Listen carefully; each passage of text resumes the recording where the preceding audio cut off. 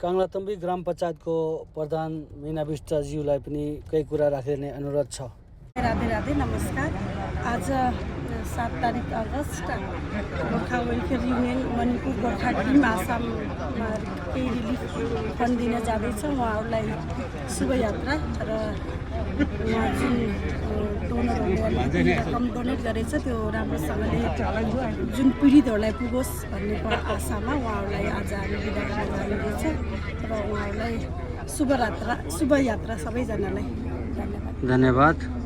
र हाम्रो मनपुर एक्सर्भिसमेन्टको प्रेसिडेन्टज्यूले पनि केही कुराकानी राख्दै आज मणिपुर स्टेटबाट अल मणिपुर गोर्खा वेलफेयर युनियनको ब्यानरमा साथै अल मणिपुर गोर्खा एक्सर्भिसमेन एसोसिएसनको गठबन्धनमा आज यहाँबाट हामीहरूका पिस रिलिफ क्याम्पको लागि आसाममा यहाँबाट प्रस्थान हुँदैछन्।